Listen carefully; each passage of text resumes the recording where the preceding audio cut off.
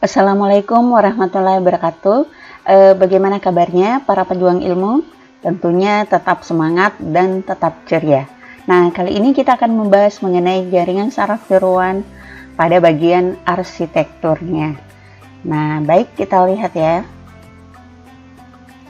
Kita masih mengingat pada pertemuan sebelumnya bahwa jaringan saraf tiruan itu mengambil analogi dari jaringan saraf biologis manusia, di mana pada jaringan biologis manusia itu terdapat dendrit, kemudian terdapat soma. Nah, di dalamnya terdapat inti sel yang kemudian berfungsi untuk mengolah informasi, kemudian terdapat akson yang menghubungkan antara dendrit yang satu atau neuron yang satu dengan neuron yang lainnya. Nah, pada jaringan saraf tiruan ya, jadi kita langsung masuk pada jaringan saraf tiruan. Di sini ada beberapa faktor ya. Jadi ini merupakan masukan atau input, kemudian ada fungsi aktivasi dan ada keluaran. Nah, ini merupakan model neuron dari jaringan saraf tiruan yang tadi mengambil dari jaringan saraf biologis manusia. Nah, kemudian masukan ini merupakan neuron. Kemudian fungsi aktivasi merupakan penjumlahan dari hasil perkalian antara input dengan bobot yang ada dari jaringan saraf tiruan itu. Nah, kemudian keluarannya, di mana keluaran ini merupakan tujuan dari dibuatnya jaringan saraf tiruan, sekaligus menjadi penentu fungsi dari jaringan saraf tiruan itu. Apakah dia nanti akan mengenali sebagai klasifikasi, sebagai pengenalan, sebagai peramalan, ataukah sebagai misalkan satu recurrent ya. Nah, secara arsitektur dan secara umum kita melihat bahwa jaringan saraf tiruan ini terdiri atas beberapa layer ya. Jadi layer itu merupakan hubungan antar neuron yang satu dengan yang lain, bahwa kita tahu tidak cukup satu neuron saja ya, satu neuron saja ini yang kemudian ada di dalam saraf itu, dia butuh yang lain karena koordinasi antara satu saraf dengan saraf lainnya itu penting untuk menghasilkan output yang lebih fungsional atau sesuai dengan fungsi yang kita inginkan. Semakin kompleks berarti semakin kompleks juga nanti output yang diinginkan sesuai dengan kebutuhan dari penggunanya. Nah, kemudian di sini kita lihat ada input layer, ada hidden layer, dan output layer. Input layer itu melalui persambungan hidden layer. Jadi hidden layer di sini merupakan lapisan tersembunyi yang nanti merupakan hasil ya akumulasi nilai antara input, bobot dengan bias yang nanti kita berikan pada jaringan saraf tiruan ini untuk menghasilkan output layer atau yang merupakan lapisan terakhir dari jaringan saraf tiruan. Nah, beberapa istilah pada struktur jaringan saraf tiruan, di situ ada neuron ya, kita tahu sebagai sel saraf tiruan yang juga sudah kita jelaskan pada periode sebelumnya. Di sini kita cuma mengulang kembali bahwa neuron itu sebagai satu sel saraf yang ada pada JST, kemudian jaringannya itu berarti ada beberapa sel neuron ya yang kemudian saling berhubungan antara satu dengan yang lainnya. Terus ada input layer. Nah, input layer ini merupakan nilai input yang diproses menjadi output. Nah, sementara hidden layer tadi itu adalah lapisan yang tidak terkoneksi secara langsung dengan lapisan antara input dengan output ya. Nah, kemudian output layer jadi solusi dari output itu sendiri. Artinya merupakan kegunaan dari jaringan saraf tiruan itu adalah melakukan satu fungsi tertentu. Nah, berarti output itu adalah fungsi atau bagian akhir dari solusi yang diberikan. Nah, kemudian bobot dan bias, nilai matematis dari sebuah koneksi antar neuron. Nah, pada jaringan arsitekturnya di sini ya, layer sebagai lapisan yang menghubungkan lebih dari satu antara input dengan output. Nah, kita lihat untuk jenis single layer. Nah, jenis single layer di sini dikatakan single layer karena dia hanya terdiri dari satu layer. Jadi maksudnya dia hanya ada lapisan inputnya, ya, lapisan inputnya, kemudian lapisan output. Nah, dikatakan sebagai satu layer, single layer. Hanya memiliki satu lapisan dengan bobot terhubung. Jadi ini lapisan ya, satu lapisan, lapisan input, kemudian lapisan output dengan interkoneksi antara satu lapisan dengan yang lainnya. Kemudian langsung menerima input dan mengolahnya menjadi output tanpa menggunakan hidden layer. Jadi di sini kita tidak melihat ada hidden layer pada bagian tengah. Di sini langsung terhubung antara input dengan output. Nah, itu kan kelihatan. Nah, kemudian bagaimana dengan multi layer? Tadi satu single layer, kemudian multi layer. Nah, multi layer di sini memiliki sifat satu atau lebih lapisan input, ya. Nah, ini 1, 2, 3. Jadi ada 3, yaitu input, hidden layer dengan output layer. Kemudian dapat menyelesaikan masalah yang lebih kompleks karena lebih akurat. Nah, kan arsitekturnya itu lebih kompleks, berarti tingkat detailnya juga lebih bagus. Nah, sehingga kalau dia lebih detail pada beberapa hal itu akan lebih akurat, dalam artian lebih akurat kemampuannya itu kalau diibaratkan seperti manusia dia lebih cerdas, ya. Kemudian yang ketiga, fungsi pembelajarannya lebih rumit. Nah, tentu saja fungsi pembelajarannya lebih rumit. Karena kenapa? Banyak bobot, banyak angka-angka yang kemudian dihitung dalam proses ini. Nah, selanjutnya di sini ada kompetitif model atau recurrent model. Nah, sifatnya itu merupakan hubungan antar neuron, jadi tidak diperlihatkan secara langsung ya pada arsitekturnya. Kemudian hubungan antar neuron dapat digambarkan sebagai jaring yang rumit.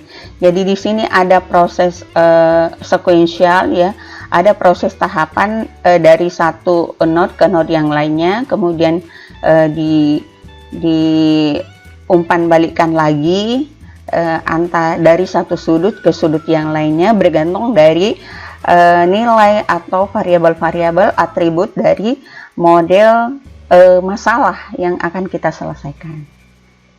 Nah, kemudian JST dengan 3 layer. Ya, ini multi layer tadi ya. Di sini ada nilai input, di mana ini sebagai nilai input, kemudian lapisan input, kemudian lapisan hidden, lapisan output, kemudian ada nilai output. Nah, ini jadi yang kotak-kotak ini merupakan input ya, nilai input pada bagian input, kemudian di sini juga nilai pada bagian output. Sementara ya node-node ini adalah neuron-neuronnya atau inputannya. Nah, ada pengembangan dari jaringan saraf tiruan namanya deep learning. Deep learning ini merupakan pengembangan dari jaringan saraf tiruan yang kemudian mengkolaborasikan antara feature extraction dengan jaringan saraf tiruan atau neural network. Nah, di mana perbedaan antara JST dengan deep learning itu secara spesifik akan kita bahas pada video selanjutnya ya. Nah, secara sederhananya seperti ini, bahwa dia juga memiliki input layer, hidden layer ya. Hidden layer macam-macam, bisa 1, 2 atau 3 ya, bergantung dari tingkat kerumitan masalah yang kita selesaikan. Kemudian ada output layer. Nah, kalau pada JST dia lebih sederhana ya, input layernya mungkin cuma 1 atau beberapa. Nah, kalau ini menjadi lebih kompleks ya untuk deep learning. Nah, ini tapi merupakan bagian dari jaringan saraf tiruan juga. Nah, ini kan ada juga inputannya, input layer. Nah, hanya input layernya memang di sini sangat berjejaring ya, banyak jejaringnya, banyak lapisannya. Nah, kemudian hidden layer 1, 2 dan outputnya. Kemudian pengelompokan dari JST di sini ada namanya feed forward. Feed forward tidak mempunyai loop. Kemudian contohnya di sini single layer perceptron, multi layer perceptron, radial basis function. Jadi intinya feed forward ini merupakan langkah maju ya dari proses yang dilakukan mulai dari input sampai pada output, ya, sampai pada output. Nah, sementara kalau JST feed forward di situ merupakan recurrent, ya, artinya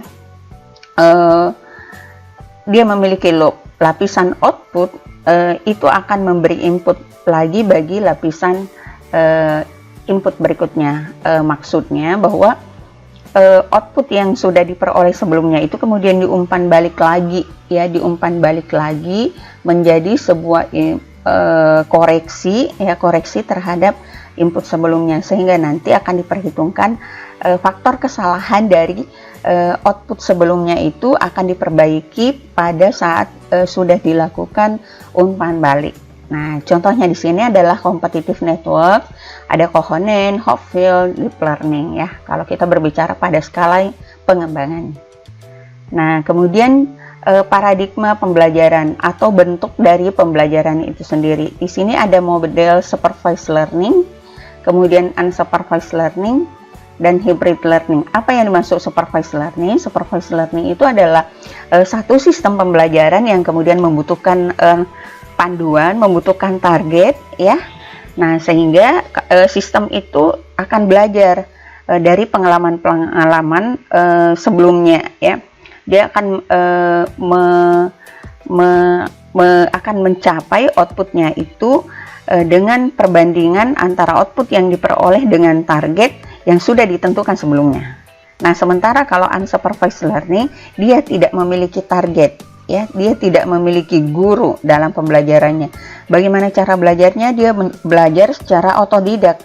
Dia belajar sendiri, dia mampu mengenali nilai-nilai yang dimasukkan padanya, kemudian dari nilai-nilai tersebut dia akan mengklaster atau mengklasifikasikannya sesuai dengan rumusnya sendiri atau algoritmanya. Nah, kemudian berikutnya hybrid learning. Nah, pada hybrid learning ini dia merupakan penggabungan antara supervised learning dengan unsupervised learning. Jadi tadi kalau supervised learning dia menyelesaikan dari input sampai output.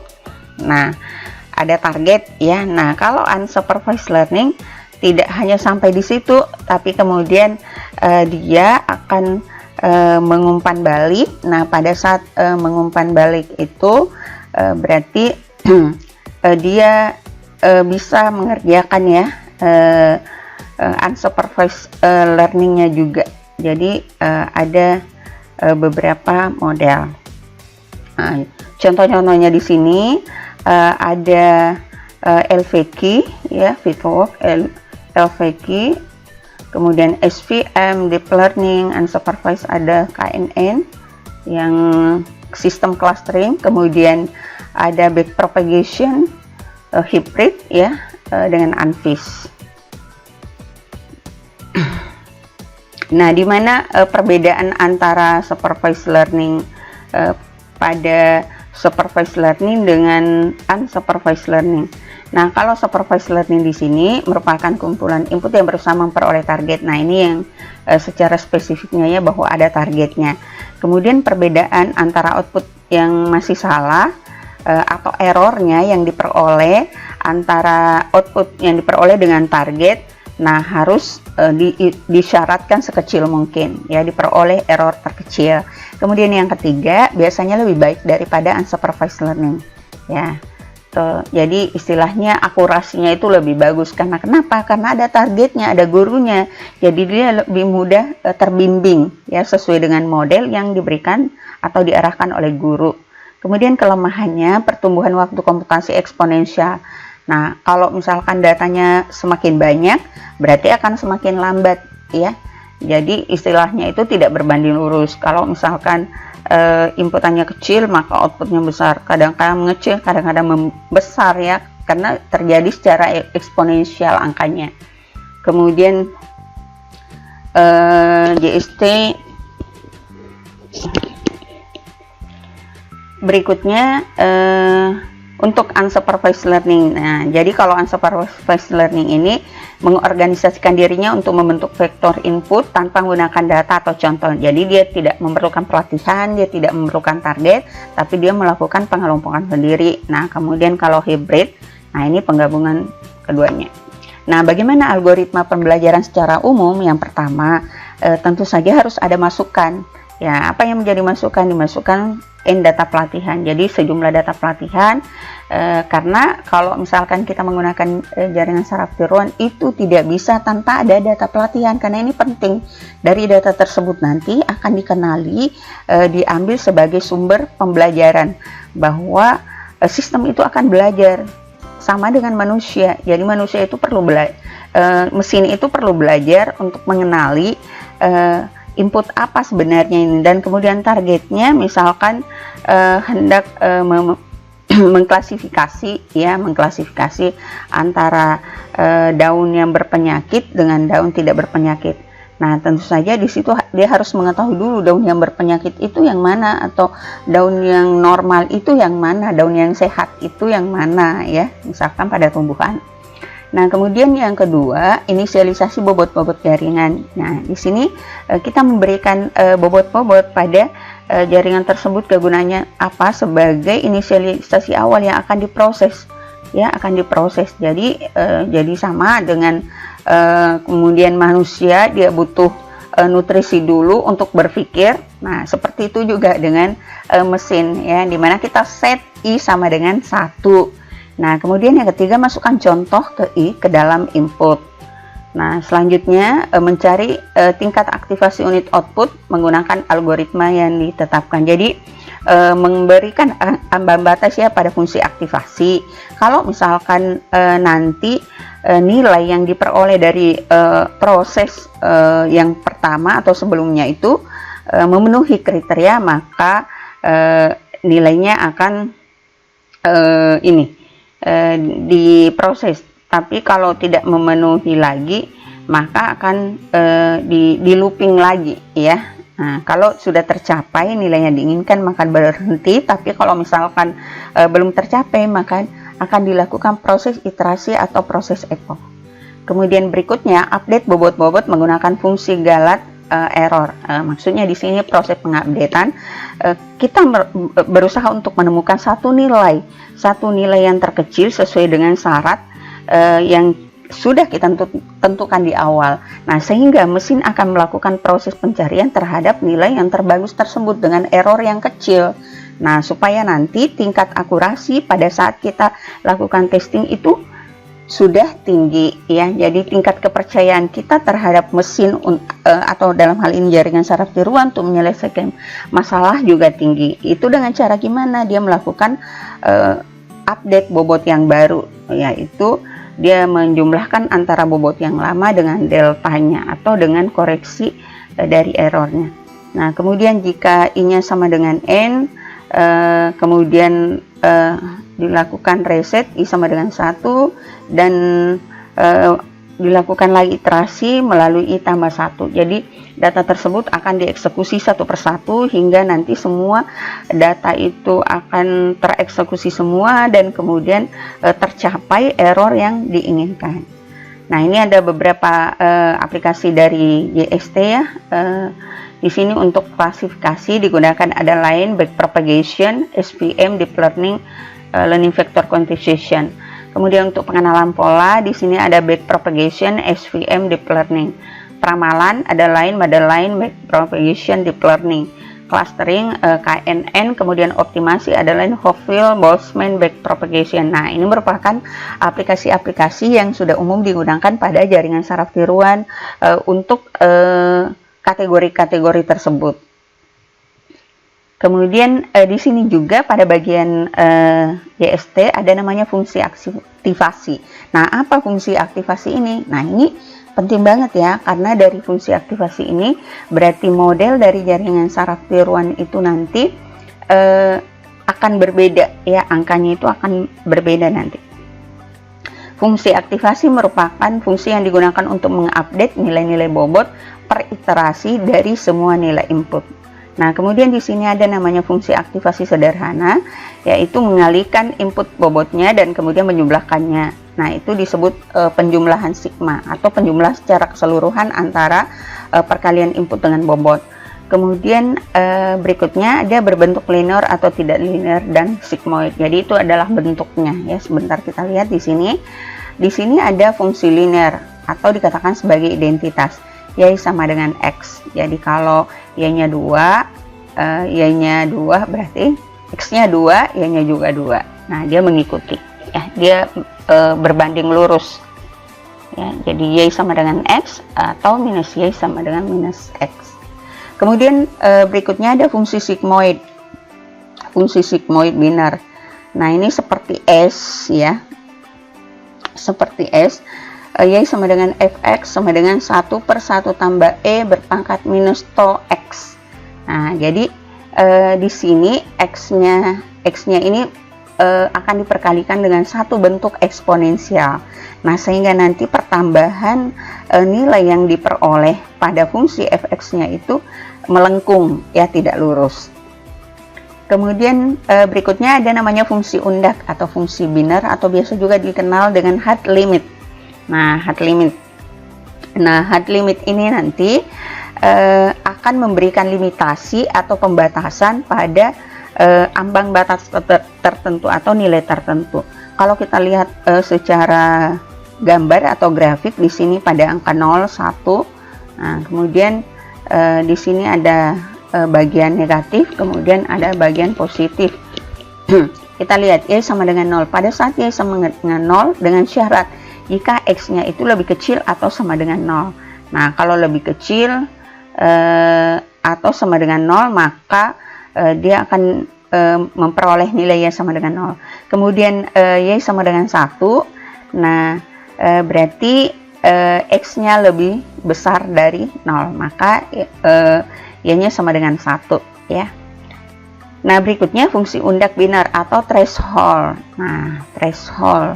Nah, ini baru dikatakan threshold. Kalau Ibu biasanya menggunakan pembatasan ini threshold, ambang batasnya, ambang batas 0 itu 1 ya, kemudian ambang batas 0-nya, ambang batas 1-nya. Jadi ambang batas yang sering Ibu gunakan ya.